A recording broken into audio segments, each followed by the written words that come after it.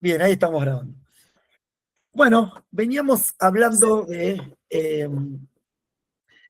algo que realmente pareciese como si fuese eh, algo fácil o sencillo de explicar, pero eh, que tiene su profundidad, ¿no? Que es justamente el pecado. Realmente la problemática del pecado es no solamente aceptar como un error, ¿m? Porque un error lo puede cometer cualquiera. Un error, hay errores que son conscientes y errores que son inconscientes. El concepto griego de pecado justamente aplicaba eso, ¿no? Aplicaba lo que era un error, me equivoqué, mala mía, perdón, ¿sí? No le daba, o sea, se consideraba la restitución, dependiendo de qué tan grave era el error o si había algún daño material, pero era bastante superficial, ¿sí? ¿Qué ocurre? Lo que en griego lo van a poder encontrar como amartía, ¿sí? O amartaño, depende, ¿no? Ese es el verbo pecar. En griego es errar al tiro, ¿sí? En griego sería errar al tiro. Muy parecida a la definición, ¿sí? De lo que sería en hebreo, ¿sí? Que en hebreo quiere decir...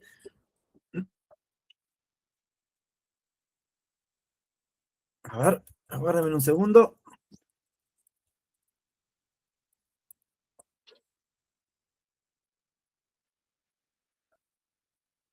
Ah, ok, ahora sí estamos de nuevo. Que les comentaba, en hebreo quiere decir hatá, ¿sí?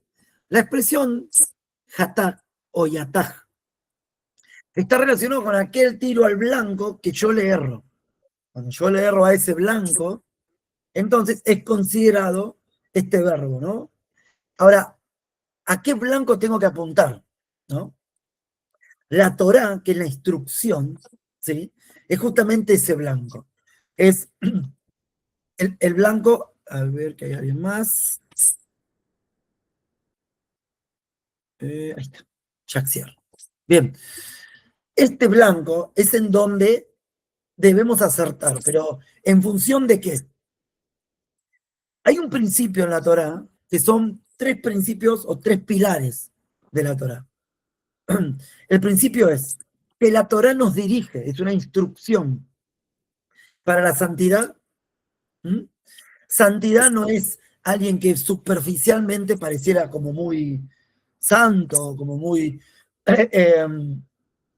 alejado de aquellas cosas del mundo, ¿no? Santidad quiere decir apartado. ¿Mm? Ahora, ¿qué ocurre? Nosotros no tenemos la capacidad por sí misma, por nuestra naturaleza caída, de apartarnos por nuestra propia voluntad, a menos que recibamos la instrucción, ¿sí? Que nos dirige hacia el blanco de la santidad. ¿Ah? El segundo pilar es la integridad. ¿Mm? ¿Cuál es la integridad? La integridad te forma cuando la práctica, ¿sí? De aquellas instrucciones, más, cuando la práctica de aquellas instrucciones, ¿sí? Nos va dirigiendo, nos va llevando conforme a los que se llaman mandamientos de la Torah. ¿Mm? Esta es la integridad, es la práctica. ¿Ah? Y la rectitud es la perseverancia en la práctica de la integridad, que como resultado, ¿sí? Como resultado, va a dar a la santidad. Pero ninguna de las tres, insisto con esto, naturalmente, ¿sí? No tenemos una naturaleza que podamos enderezarnos. ¿Sí? A ver, Ever, que te veo muy atento. Léeme el Salmo 119, versículo 5.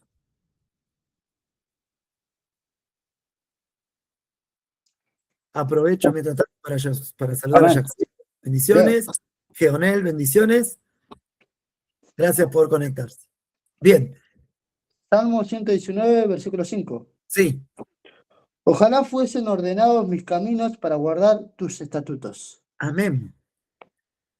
A ver, gracias, Ever.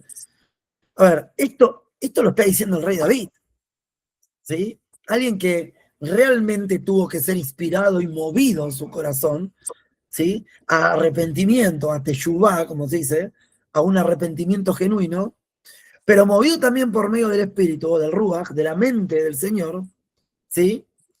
Para poder volcar en palabras cosas que ni nosotros nos pudiésemos, que ni si nosotros, perdón, que ni nosotros nos pudiésemos imaginar. Por ejemplo, esta petición que le hace David. Ojalá mis caminos fuesen rectos delante de ti. Así también está la otra versión. Entonces, ahí está claro que la rectitud, ¿sí? No la podemos lograr por naturaleza. Pero sí hay un proceso. ¿Sí? De eso se trata, dar en el blanco. ¿Sí? Eso es dar en el blanco. Pero errar en el blanco, ¿sí? O fallar al blanco, o no dar en el objetivo, es esta expresión llamada hatat. ¿Sí? Hatat.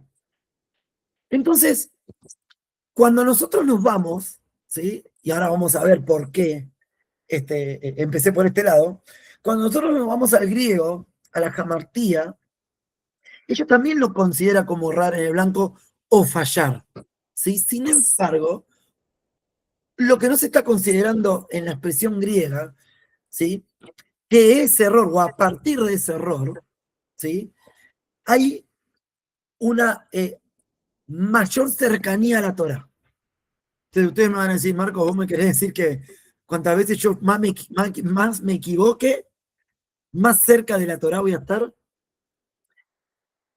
¿no? Y ahí lo veo a Yaxier con cara de preocupado. ¿Por qué? Porque desde el origen que estamos viendo, todo mandamiento del Señor, todo mandamiento del Señor, que en hebreo se dice mitzvot, ¿sí? Y hay distintos tipos de mitzvot. No es el caso ahora, no lo vamos a hablar, pero hay 3 tipos de mitzvot. Pero sin embargo, eran elevados en el sentido de ¿qué? De nuestra naturaleza. Entonces, la obstinada, ¿sí? La obstinada manera de querer llegar a Dios nunca iba a ser por esfuerzos humanos, ¿sí? Por eso, nosotros, ¿sí? Desde que nacemos, estamos concebidos en pecado. ¿Mm? ¿En qué es el pecado? Estamos concebidos en aquello que le erra al blanco. Intentamos alcanzarlo, ¿sí? Pero la ley por sí sola, que es uno de los testimonios, la ley por sí sola, ¿sí? No podía acercarnos al Señor. Con lo cual la Escritura dice que todas esas prácticas, todas, los 613 mitzvot, eran una sombra de aquello que realmente nos iba a acercar a Adonai, al Señor. ¿Sí? El que quiera tomar nota, ¿no? Los 3 distintos de mitzvot, o la estructura de la Torah es Edot, que son todos los mitzvot en relación a la identidad nuestra, es identidad como pueblo, que se trata en Levítico 23. Todo ensayo profético, toda festividad del Señor nos acerca a una identidad. ¿Ah? Es por eso que el Señor le dice a Moisés, ve y dile al faraón, ¿sí? Que libere a mi pueblo, ¿para qué? Para que me honre en el desierto, para hacer fiesta o moadim. ¿Eh? Y uno mucho dirá, Señor, disculpe, yo no voy a contradecir su palabra, pero hace 4 generaciones que somos esclavos. Vivimos cebolla acá. ¿Tenemos que ir al desierto? ¿Sí? Entonces, y hacer fiesta, o sea, ¿cuál sería el motivo? ¿No? Y ahí hay una expresión muy bonita que la conocemos en los Salmos, y podemos entender cuando dice, deleítate a sí mismo en el Señor.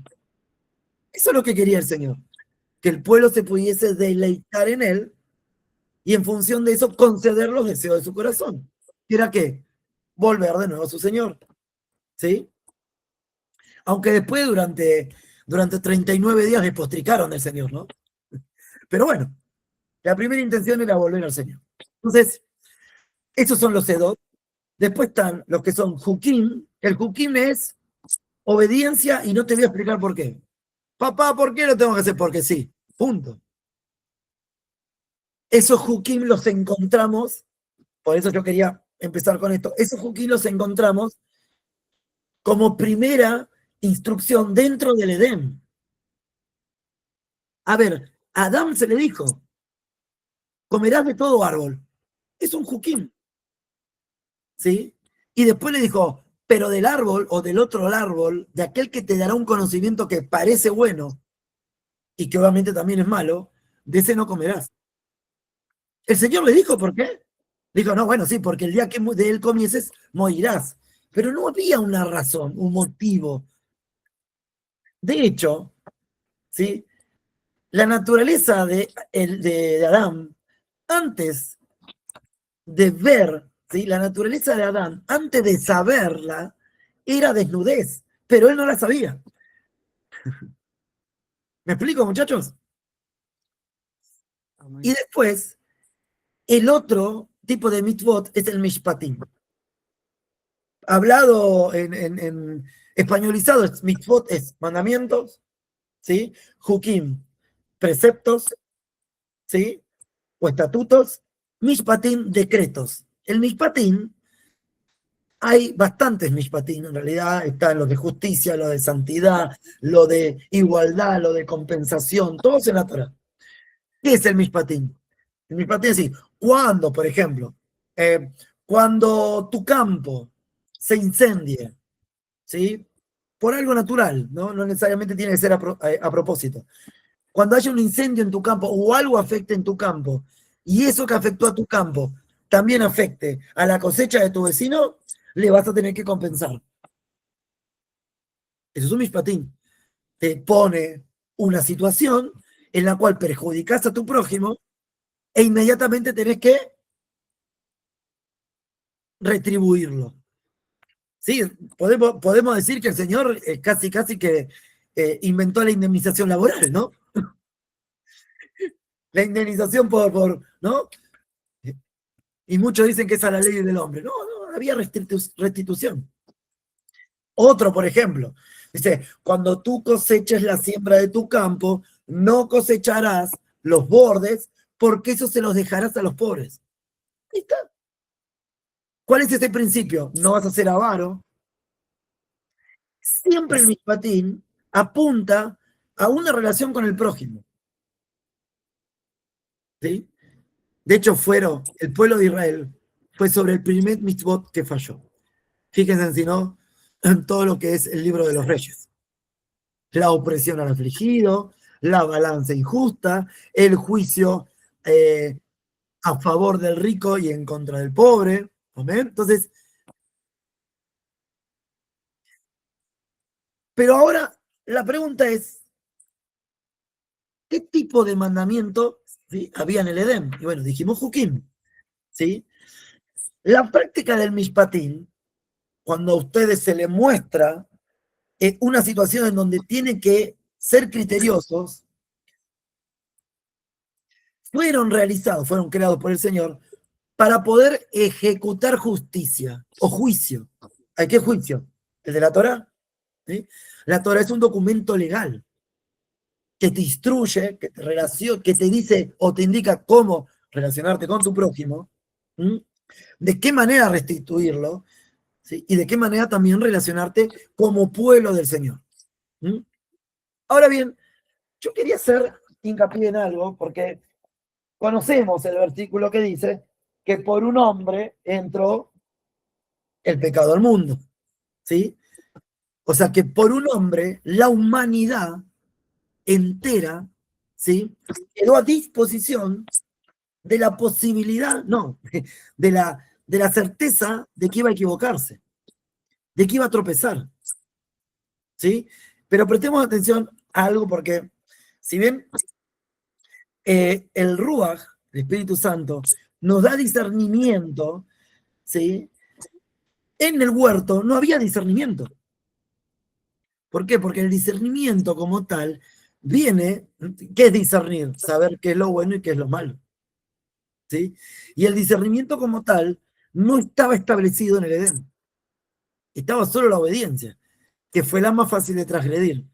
¿Por qué? Por la incapacidad de poder comprenderla. ¿Mm?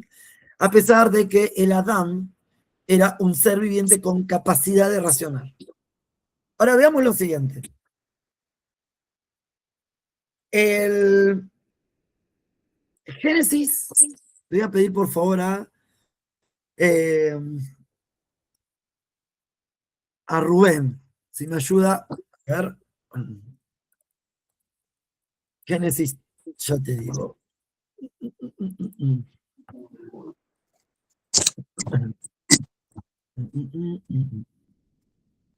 Ok.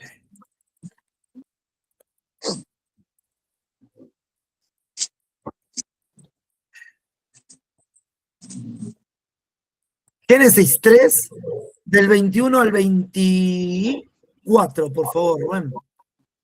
Y el Señor Dios hizo al hombre y a su mujer túnica de pieles y los vistió.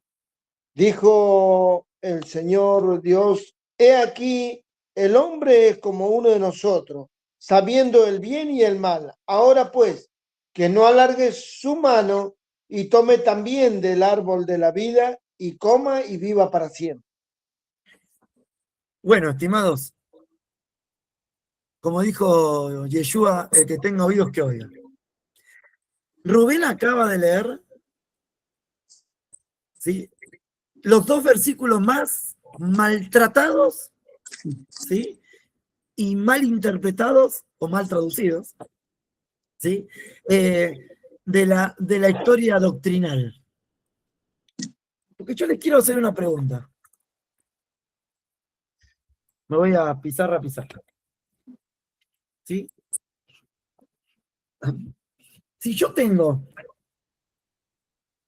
Si hay un mandamiento, un hukim, que me dice, en el Edén, de todo árbol podés comer, inclusive el de la vida, pero del otro árbol no comerás. ¿Sí? Acá Rubén nos lee y dice, ahora el hombre es como uno de nosotros, ¿ah?, conocedor del bien y del mal. Mi pregunta es la siguiente.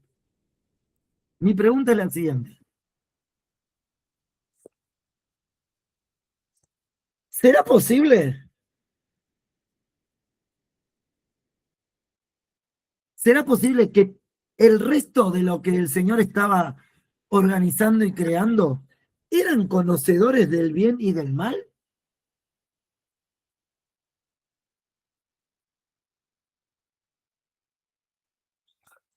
Supuestamente lo que dice en esta versión es, ahora el hombre es como uno de nosotros, conocedores del bien y del mal. Pero ¿será posible eso?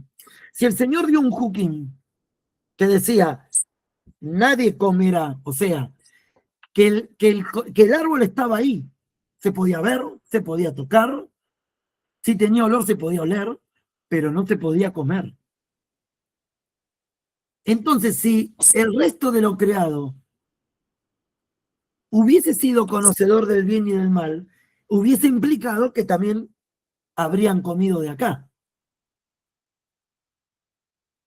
Entonces, resulta ser que pareciera ahí la historia que está contando o diciendo de que Adán y Eva ahora está en otro nivel, ¿no? Ahora conocen lo bueno y lo malo, corran el árbol de la vida, no vaya a ser que coman.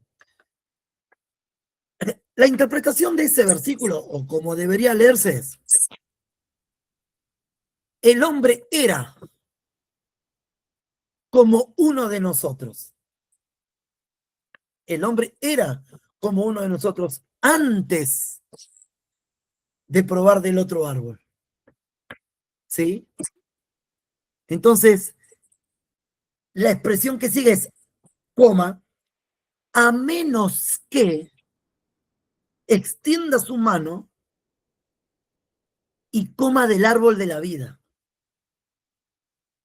Y esto coincide perfectamente porque el juquín del Señor fue, el día que comas de este árbol, morirás.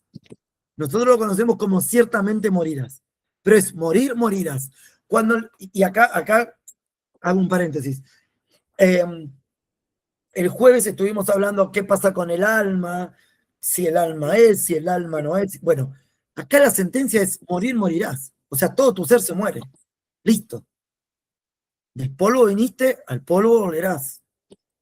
¿Mm? No hay ninguna conciencia, no hay nada que vuelva al Señor. Morir, morirás. Y por lo general, y esto, si quieren tomen nota, cuando en las Escrituras se menciona 2 veces la misma acción, es que se refleja tanto en el cielo como en la tierra. Y acá también hay una segunda posibilidad, no, hay una segunda mención de que nosotros vemos en el Nuevo Testamento, en el Brit Hadashah, vemos esta expresión que es la segunda muerte, ¿no? Relacionado con aquellos que mueren y al resucitar después del juicio, o vida eterna o muerte eterna.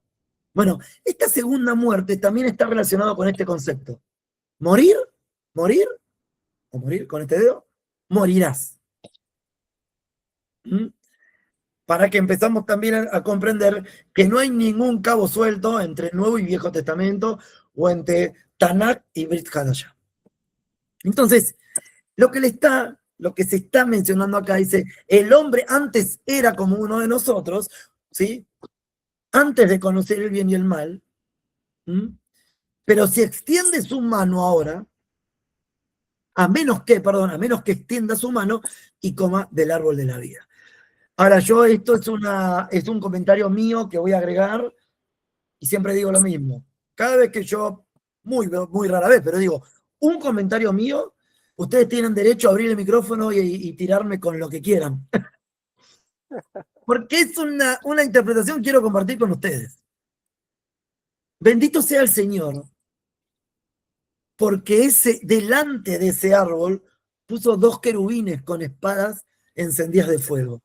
Porque si el hombre hubiese comido de ese árbol, después de haber comido el otro, hubiese sido consumido. No hubiese es más, y hubiese pecado, o no, hubiese estado en estado pecaminoso por siempre. Pero ni siquiera podía alcanzarlo, porque este es un árbol, ¿sí?, de santidad, con lo cual hubiese sido consumido. Para que no extienda la mano, cierro el paréntesis, sigo con la Biblia, para que no extienda la mano, el Señor puso ahí los 2 querubines. A ver, Adán, si te animás a volver. Y fíjense en un pequeño detalle que es tremendo. Cuando dicen, no, porque el amor de Dios solo se ve reflejado en el Brit Hadashah. Claro que sí, se ve no solo reflejado, se ve confirmado, ¿no? Porque de tal manera amó Adonai al cosmos, ¿no? Sin embargo, fíjense en los pequeños destellos de amor del Señor desde el origen, que le quitó sus ropas de higuera, ¿ah?, y lo cubrió, o le hizo cobertura con piel.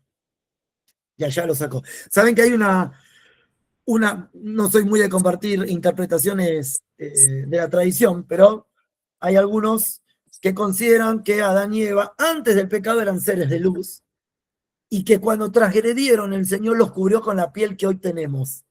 No eran pieles de animales, ¿sí? Lo voy a dejar ahí. Considérenlo como algo, una anécdota. Yo no lo considero así, pero sé que ustedes que son buscadores de la Escritura van a encontrar en algún momento, o si no es que ya no lo han encontrado, ¿sí? Algunos dicen que en esas pieles de animales se ve reflejado el primer sacrificio, ¿no? Porque ¿de dónde salieron las pieles? Entonces se ve reflejado el primer sacrificio. Bueno, son desprendimientos de comentarios que se hacen. La realidad es que de ahí salen, ¿sí?, con una cobertura de parte hecha con mano del Señor y no con manos del hombre. Así que quería interiorizar un poco en esto, como para darle un cierre, ¿sí?, a lo que es la problemática del pecado o el pecado dentro del Edén, ¿no? De ahí ya conocemos la historia, ¿no? Que es lo que le pasó a la humanidad a partir de ahí, ¿sí? Nunca dejó de pecar. De hecho, cuando llega Noé, el colmo de la maldad había llegado a tal manera que el Señor dijo, voy a raer, dice el Señor, raeré, ¿sí? Todo lo que hice, raeré todo lo que hice. Y solamente en Noé, el que se apoyó, el que fue escogido por el Eterno para permanecer en el arca. Amén. Fue aquel que le dio continuidad, pero no a lo que había antes. Así que hasta acá quería llegar con esta parte. Voy a dejar abierta cualquier consulta, pregunta o duda que tengan para escribirla en el chat, ¿sí? Para que la puedan meditar y escribirla o revisar el video y poder consultar. ¿Amén? Bien. Ahora quiero darles un espacio porque hay un tema que debemos ocuparnos, ¿sí? ¿Cuántos conocen la expresión Shabbat?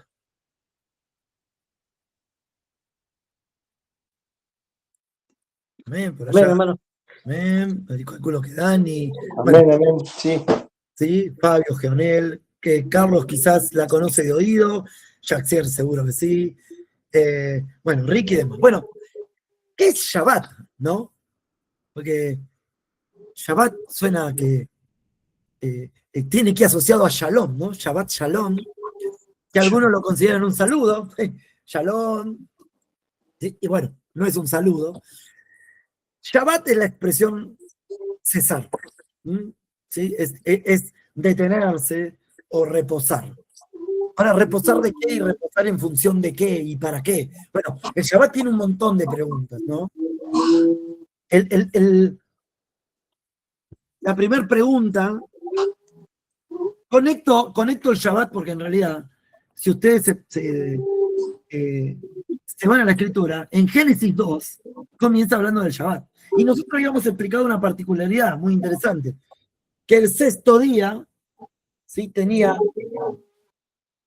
mañana y tarde, ¿sí? Esto es la culminación, pero que el séptimo día habíamos visto que no dice fue la mañana y la tarde el séptimo día. ¿Ah? Lo que sí sabemos es que culmina el sexto día y que después viene el séptimo. ¿Ah? O sea que con la caída del sol o con la tarde damos inicio, ¿sí? Al séptimo día. Sin embargo, el séptimo día no dice fue el séptimo día, como les dije recién, mañana y tarde. Lo que sí dice y aclara, ¿quién me puede leer Génesis capítulo 2? Versículo 1 al 3, que si no me equivoco.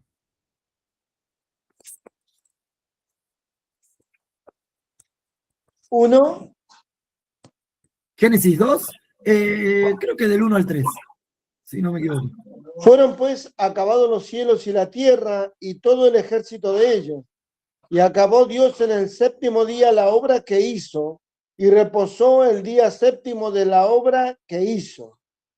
Y bendijo Dios al día séptimo y lo santificó, porque en él reposó de toda la obra que había hecho en la creación. Vamos por partes. Significado puntual del séptimo día. Reposar, ¿sí? De toda obra.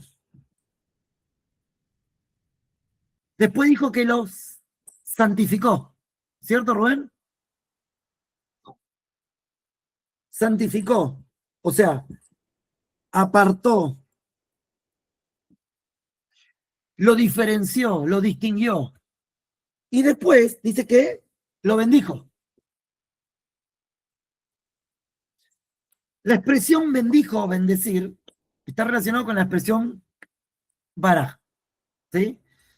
Pero también baraj no solamente es bendecir, sino que es injertar. Así que nosotros acá podríamos decir, el Señor reposó. Él hizo la práctica de reposar de toda obra. Y ahora vamos a ver un pequeño detalle en el Nuevo Testamento. Lo apartó, lo distinguió, lo diferenció de los otros 6. O sea que nos hace obra. Y después lo injertó. ¿Sí? Pero pasa algo interesante, porque cuando nosotros vamos a los evangelios, Yeshua se pelea con con medio Sanedrín casi, ¿no? Porque ahí lo acusaban de hacer obras en el Shabbat. El tema es, ¿qué tipo de obra hacía el Señor en el Shabbat? ¿Sí?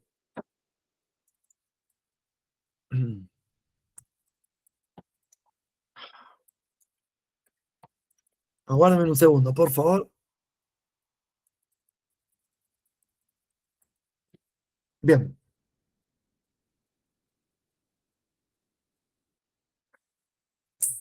¿Quién puede leer? A ver.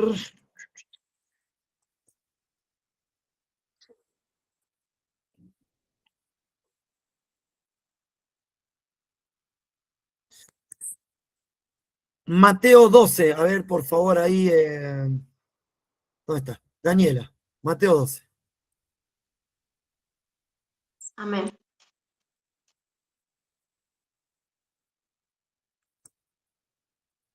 Mateo 12. Sí. ¿Cuánto? ¿1? Del versículo 1 hasta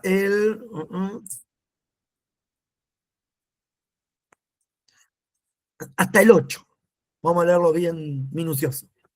Amén. En aquel tiempo iba Jesús por los sembrados en un día de reposo, y sus discípulos tuvieron hambre, y comenzaron a arrancar espigas y a comer. Viéndolo, los fariseos le dijeron: He aquí tus discípulos hacen lo que no es lícito hacer en el día de reposo. Pero él les dijo: ¿No habéis leído que lo que hizo David cuando él y los que con él estuvieron? Perdón. ¿No habéis leído lo que hizo David cuando él y los que con él estaban tuvieron hambre? ¿Cómo entró en la casa de Dios y comió los panes de la proposición, que no les era lícito comer ni a él ni a los que con él estaban, sino solamente a los sacerdotes? ¿O no habéis leído en la ley, como en el día de reposo los sacerdotes en el templo profanaban el día de reposo y son sin culpa?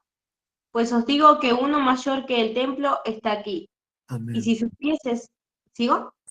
Sí, hasta el 8, por favor.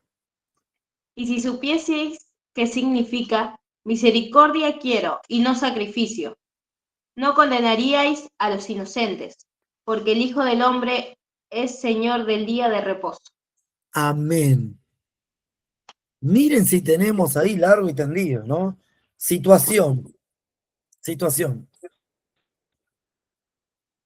Parece ser que la tradición, ¿sí? Por eso nosotros debemos cumplir con el Shabbat que el Señor estableció en la Torá. Ningún otro Shabbat es mejor o igual, ¿sí? O se asemeja a lo que estableció el Señor. Y vamos a desmenuzar un poquito lo que nos leía Daniela. Porque resulta ser que Yeshua, ¿sí? Estaba caminando, estaba andando entre unos sembrados. ¡Wow! Todo lo contrario a lo que dice la tradición. La tradición festeja el Shabbat, en algunos casos bien ortodoxos, no salen de su casa, ni prenden la luz, ni hacen ninguna gestión eléctrica. Es más, en los barrios ultra ortodoxos, no hacen pisos no hacen niveles altos en los pisos. No viven en edificios para no usar ascensores que pueden llegar a generar, o sea, porque todo esto lo relacionan con el encendido de fuego o con una obra. Entonces el Señor, vienen los fariseos y le dicen: ¿qué hacen tus discípulos arrancando en día de Shabbat? Yo le hubiese preguntado a los fariseos: ¿y ustedes por qué no están en su casa? Si la tradición dice que se tienen que quedar en sus casas, ¿qué hacían en Shabbat? Viendo qué hacía Jesús. O sea, estaban tratando todo el tiempo de encontrarlo a Yeshua en una infracción de la ley. Entonces Jesús le cita primera de Samuel, capítulo 21, después si lo quieren anotar para leerlo. Primera de Samuel, capítulo 21 le cita. Pero le dice: ¿pero no escucharon a David lo que le pasó cuando tuvo hambre? O sea, que quiere decir que cuando en el Shabbat hay una necesidad que implica, ¿sí?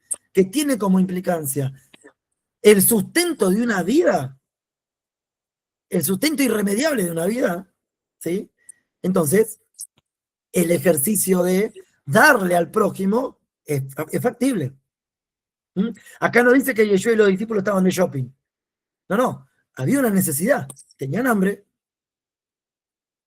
Ah, no, pasa que estoy en Shabbat, no puedo darte una vianda, hermano. Vení después de las 6 que caiga el sol. Pero son las 11 de la mañana, tengo hambre ahora. No, no puedo. Entonces, darle al prójimo lo que necesita, ¿sí? Es 24/7. ¿No? Entonces, sigue avanzando la conversación y Yeshua lo lleva mucho más allá. Mucho más allá. Porque Yeshua le dice que David había comido del pan de la proposición que estaba en el templo. ¿Qué dice Yeshua? Pero he aquí uno mayor que el templo. Ellos están alimentándose de mí. Yo soy el pan de la proposición. Yo soy mayor que el templo aún. Yo soy mayor que ese pan, porque yo soy el maná del cielo. Y acá se desprende a mí me encanta el cierre, y es interesante esto porque en esta charla, ¿vieron? Cuando yo le digo, fíjense en aquello que no dice. Los fariseos nunca lo contradijeron, nunca hubo una contradicción. Y en un momento, el Señor dice, yo soy el Señor del Shabbat. ¿Qué es Señor o señorío? ¿Ah? ¿Qué quiere decir esa expresión? ¿Sí? Es el que determina cuáles son aquellas obras que en el día del Señor se tienen y se pueden hacer y cuáles no. Allá por allá se desprende una doctrina, no sé si alguna vez a mí me ha tocado que me digan, Jesús es mi reposo, no hay un día para reposar. Claro, sí, es que nadie niega que Él sea nuestro reposo. Pero el día establecido por el Señor, recuerden las palabras de Pablo cuando dice, aquel que cumple el día lo cumple para el Señor, pero aquel que no cumple el día para el Señor no lo está cumpliendo. Entonces no quiere decir que el Señor reposemos o descansemos en Él, no significa que el Señor haya anulado el Shabbat. Todo lo contrario. El Shabbat sigue vigente porque es el cuarto mandamiento, ¿no? Y la Torah es clara, ¿sí? Perdón, el Brit Hadashah es claro cuando dice que si un mandamiento se transgredieron todos. Sí, muchos se preguntarán, bueno, Marcos, acá entramos en la fino, porque acá donde estamos nosotros, a veces nos toca trabajar un sábado. ¿Quiere que le cuente algo? Y se lo hago muy breve porque sé que Osvaldo quiere hablar. ¿Saben que yo cuando empecé a hacer los primeros Shabbat, yo trabajaba sábado por medio? Entonces decía yo, ¿qué hago trabajando si el Señor me dice que no? Lo primero que hice fue orar y decirle, Señor, ¿qué hago con este trabajo? Y la respuesta fue muy sencilla, ¿sí? Yo soy el Señor del Shabbat. No niegues mi nombre, porque aún en el lugar donde te estoy poniendo, ¿sí? Es para invocar mi nombre, es para predicarme, ¿sí? Y fue en ese momento cuando yo me pude descargar, me pude dejar mi carga de que pensaba que estaba transgrediendo. Cuando en realidad el Señor me estaba discipulando. Después de eso sí, el Señor permitió que yo pudiese ejercer mi profesión de lunes a viernes tranquilo, sin tener que estar exigido o obligado a trabajar durante el Shabbat. Sin embargo, en ese año que yo a mí me tocó trabajar sábado por encima, trabajaba sábado por medio y mediodía. ¿Sí? El Señor me educó, me disciplinó. A que en esas 4 horas que yo estaba en mi jornada, aprovecharlas para poder hablar de Él, incluso en un lugar en donde yo pensaba que estaba transgrediendo. Es mi testimonio. ¿Sí? No digo que de todo sea iguales, pero sé que muchos tenemos esto. ¿Qué hago? ¿Trabajo? No trabajo, pero todo tiene un proceso. Amén. Y no hay que salir desesperado. ¿Por qué? Porque no hay que seguir a la señal, sino que hay que creer en aquel que hará que la señal nos siga. Entonces, hay mucho más para el Shabbat, ¿sí? No lo voy a volcar todo ahora, lo vamos a seguir el jueves, para ver qué se hace, qué no, qué se cumple, qué se debería, qué dice la Escritura y demás, ¿sí? Para no estar, permiso, disculpen un segundo, denme un segundo, nada más.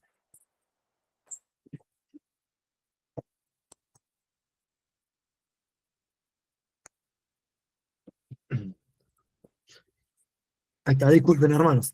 Para no cargarnos, ¿sí? Porque también tenemos la expresión en el libro de Isaías, hay de aquel que retrae su paso del Shabbat, ¿sí? Y parece amenazante, pero en realidad es una necesidad. Y apunta este Shabbat a un ejercicio, si bien es desprenderse de las obras, es un ejercicio. ¿Mm? Porque el Señor, al ser Señor del Shabbat, también dijo que aún mi Padre, refiriéndose también cuando Él sanaba, cuando Él hacía distintos ejercicios, decía, aún mi Padre trabaja. ¿Ah? Y es que hay un proceso de crecimiento. La práctica, el ensayo del Shabbat, nos trae a la conciencia algo que se llama menujá. Y la menujá no es un reposo que podamos alcanzar, sino que es algo que el Eterno nos da a nosotros para poder reposar eternamente en Él. ¿Mm? Me pegué un salto, me fui al ensayo, pero bueno, quería conectarlos con estas dos cuestiones, ¿sí? Que son muy interesantes, Shabbat y menujá. Y ahora sí, con ustedes Osvaldo Licidini. Shalom, familia. No, Shalom. quería decirles dos o tres cositas. La palabra Shabbat viene de una familia en hebreo que es instrumental, es de instrumentos. Entonces sería, el Shabbat es un instrumento para llevarnos al descanso. Por eso Dios lo hizo. Dice, el Shabbat es para beneficio del hombre, ¿no? Para el descanso. Ahora, como decía Marcos, en nuestro tiempo hoy en día,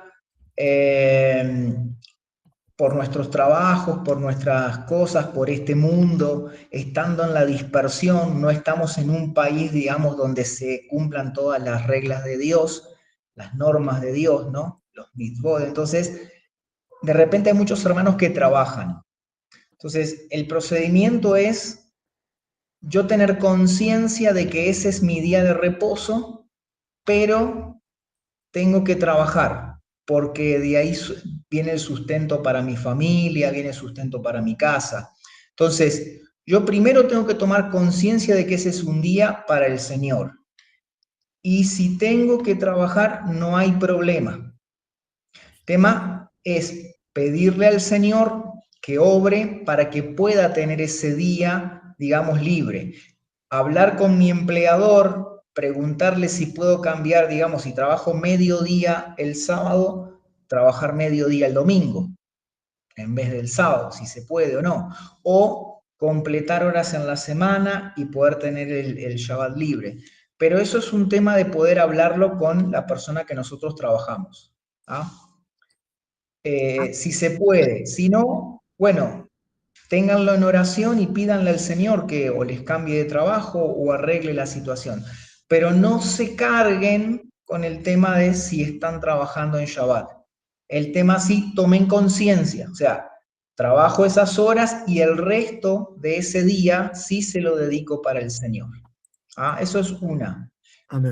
Lo otro, el Shabbat es un instrumento para llevarnos a la menujá. La menujá es entrar en la vida eterna.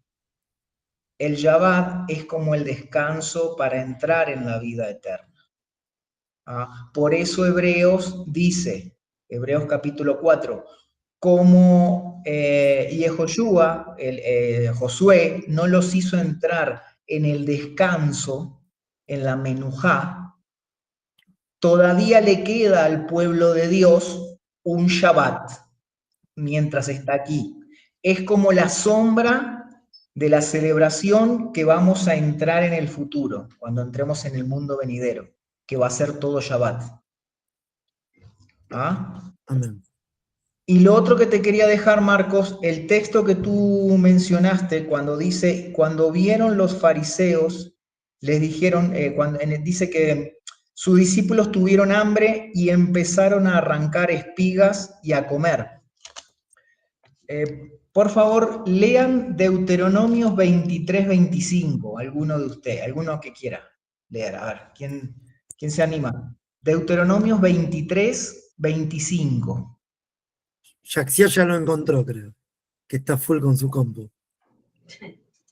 Ah, sí, por acá, Deuteronomio 23-25 dice, cuando entres en el trigal de tu prójimo, puedes arrancar espiga con tu mano, pero no debes cosechar con una hoz el grano de tu prójimo. Entonces, había una ley en Israel que si tú pasabas, el verso anterior dice de las uvas, ¿no? Si tú pasas por un viñedo y tomas un racimo, puedes comer. Lo que no puedes es juntar un montón y llevártelo para tu casa. Tú puedes comer lo que vayas a comer ahí en el camino. No primero, si juntas mucho y te llevas, es robar, porque las uvas o el trigo o lo que sea no es tuyo. Pero sí, si tenías hambre, podías tomar un racimo de uvas, tomar un puñado de trigo, tomar una manzana, un higo y comer. Eso estaba permitido.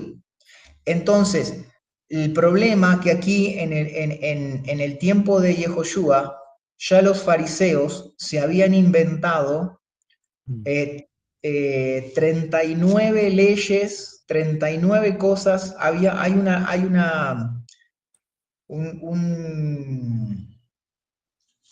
39 normas que tienen los judíos de todo lo que no se puede hacer en Shabbat. Todo eso lo sacaron de lo que es el templo. Todo lo que se hacía en el templo en Shabbat no se podía hacer, o todo lo que se hacía en el templo en la semana no se podía hacer después cualquier persona. Entonces, hasta uno que era escriba no podía andar con su pluma en la mano en Shabbat. Uno que era sastre no podía andar con su aguja de coser en Shabbat, porque eso era trabajo. Estabas cargando lo que era tu trabajo en la semana, digamos. Entonces, había un montón de normas que se habían inventado los fariseos que no se podían hacer en Shabbat. Dentro de eso era la carga, no llevar carga, y cuando ellos empezaron a arrancar espigas es como llevar carga, es como cosechar. Pero en sí la norma que está en Deuteronomios habilita a que los discípulos podían tomar unas espigas y comer porque tenían hambre. Amén. Y No era pecado. quiero sumarles algo para conectar esto que nos menciona Osvaldo. Esta explicación, o la misma que leímos recién, está en Marcos 2. Porque en Marcos 2, en el versículo, ya les digo, en el versículo 23, dice, le preguntaron a los fariseos, ¿por qué hacen ellos lo que está prohibido hacer en día sábado? ¿No? Está traducido como sábado, pero es Shabbat. O sea, cuando el Señor establece el Shabbat, no había calendario como lo conocemos, no está regido ni por el sol ni por la luna, o sea, no es eso. Entonces, es este Shabbat, el día de reposo, ¿no? ¿Por qué hacen ellos lo que está prohibido? Y que en realidad, como les mencionaba Osvaldo, no hay ninguna prohibición. ¿Sí? Ellos habían limitado de manera tal los mandamientos que literalmente corrieron los mandamientos de Dios, los mitzvot, ¿sí? Y pusieron la tradición de los ancianos o los mandamientos de hombre, ¿sí? Hay un versículo interesante que para los que no hacen Shabbat, a ver, todos los que estamos acá empezamos simplemente deseándolo, ¿sí? Deleítate a sí mismo en el Señor y Él concederá los deseos de tu corazón. ¿Sí? No pidan una Ferrari, un auto, no. ¿Sí? Pidan el poder, el deleitarse en este día del Señor. Porque el Señor dice, si le llamases deleite a mi día santo, a mi día apartado, y no siguieses tus propios caminos. Pero ojo, tus propios caminos no es que te tocó trabajar en una empresa que trabaja los sábados. Tus propios caminos es justamente, ¿sí?, hacer lo que hacían, por ejemplo, que está escrito en el libro de los Reyes, que los días de Shabbat, las puertas de los comerciantes estaban abiertas, entonces comercializaban, no les importaba nada. Fue Nehemías, si no me recuerdo, Nehemías, el que fue y obligó, puso como exigencia cerrar las puertas.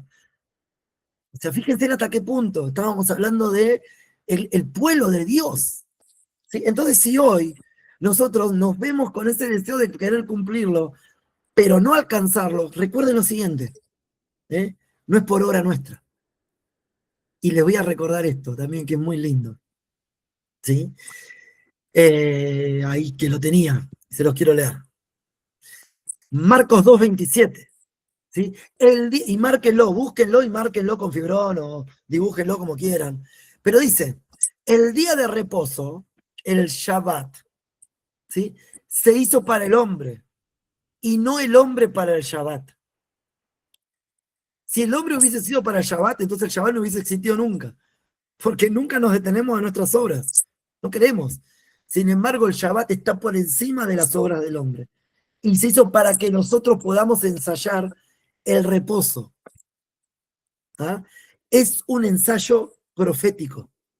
¿Por qué digo profético? Porque está escrito en la palabra, y la palabra es la profecía más segura. Entonces es un ensayo de reposo. Y ahora, lo último ya para dejarlos descansar, vamos a ver qué tanta autoridad tiene mi Señor. ¿Ah? Y cómo se conecta nuestro Señor, ¿no? Y cómo se conecta esto que mencionaba Osvaldo, ¿no? Que es la menujá. ¿Cuándo va a ser? ¿Cuándo se nos dará el reposo que deseamos? No el reposo que practicamos. El Shabbat es la práctica física, mientras que la menujá es la consciente, la que nos llevará a una conciencia eterna con él. No nos llevará, en realidad, Él nos dará esa eternidad. Entonces, Juan 5, versículos 16 y 17. Tomen nota ahí también si quieren. Juan 5, 16 y 17. Yeshua seguía sanando. Yeshua decía, toma tu lecho y vete, te sano la mano, te pongo barro en los ojos y anda a lavarte en las aguas de Siló y podrás ver. Él seguía haciendo esto. Sin embargo, los fariseos decían, precisamente por esto, por todo eso que hacían, ¿sí? Precisamente por esto, léanse todo Juan 5 y van a entender por qué. En el 16 dice que los judíos, ¿sí?, perseguían a Yeshua por las cosas que hacía el Shabbat. Y Jesús les respondió, mi Padre aún hoy está trabajando y yo también trabajo. ¿Ah? Mi Padre aún está trabajando y yo también trabajo. ¿Sí? Y ese trabajo que está haciendo el Padre, esa obra, vamos a sustituir trabajo por obra, esa obra justamente está enfocada en la menujá, en el reposo eterno. Por eso es tan importante hacer la práctica del Shabbat. Ahora yo, para cerrar, el día tiene 24 horas. Ahora me vengo acá bien rústico. El día tiene 24 horas, duermo 8, ¿no? ¿Cuántas me quedan? ¿Sí? De lo que me quedan trabajo 4, 5, 6. O sea que ya tengo 13. El resto de las horas que me quedan, tengo dos opciones. ¿Honro a mi Señor Yehoshua o me lamento por las que perdí? El tiempo que perdí no lo puedo recuperar. El tiempo es algo que no se puede recuperar. Pero el tiempo que puedo invertir edificándome, también puedo hacer la práctica del Shabbat. Se los dejo para que lo mediten, ¿no? 24 horas me refiero de viernes a sábado. Se lo dejo para que lo mediten. Para que no se cauterice en la mente de que, ay, trabajé, pequé, el Señor me va a caer un rayo. Yo ya lo pensé. Yo salía con miedo a las 4 de la mañana y digo, acá me choca un submarino. Algo me tiene que pasar porque yo estoy transgrediendo la Torá. Y en su inmensa misericordia el Señor decía, Camina, nene, dale. Entonces, tenemos que tener esta sencillez y humildad como un niño. Amén. Vamos a seguir hablando del Shabbat. Vuelquen todas sus dudas, sus preguntas. Seguramente ahí entre todos los hermanos nos podemos edificar. Y el jueves vamos a seguir qué es lo que se puede hacer, qué no, y qué es aquello que también nos puede edificar en la conciencia, en el Ruach, de aquellas prácticas, como por ejemplo, no encender fuego. Ok, no enciendo fuego. Y si tengo un nene de 2 años y me pide que le caliente la leche, anda a explicarle, no, papá, no te puedo calentar la mema hasta que sean las 6 de la tarde. Bueno, se los dejo de tarea. Chicos, bendiciones, gracias por aguantarnos.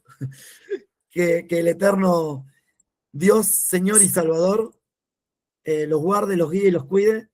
Se los aprecia, se los valora. La verdad que quiero recordar.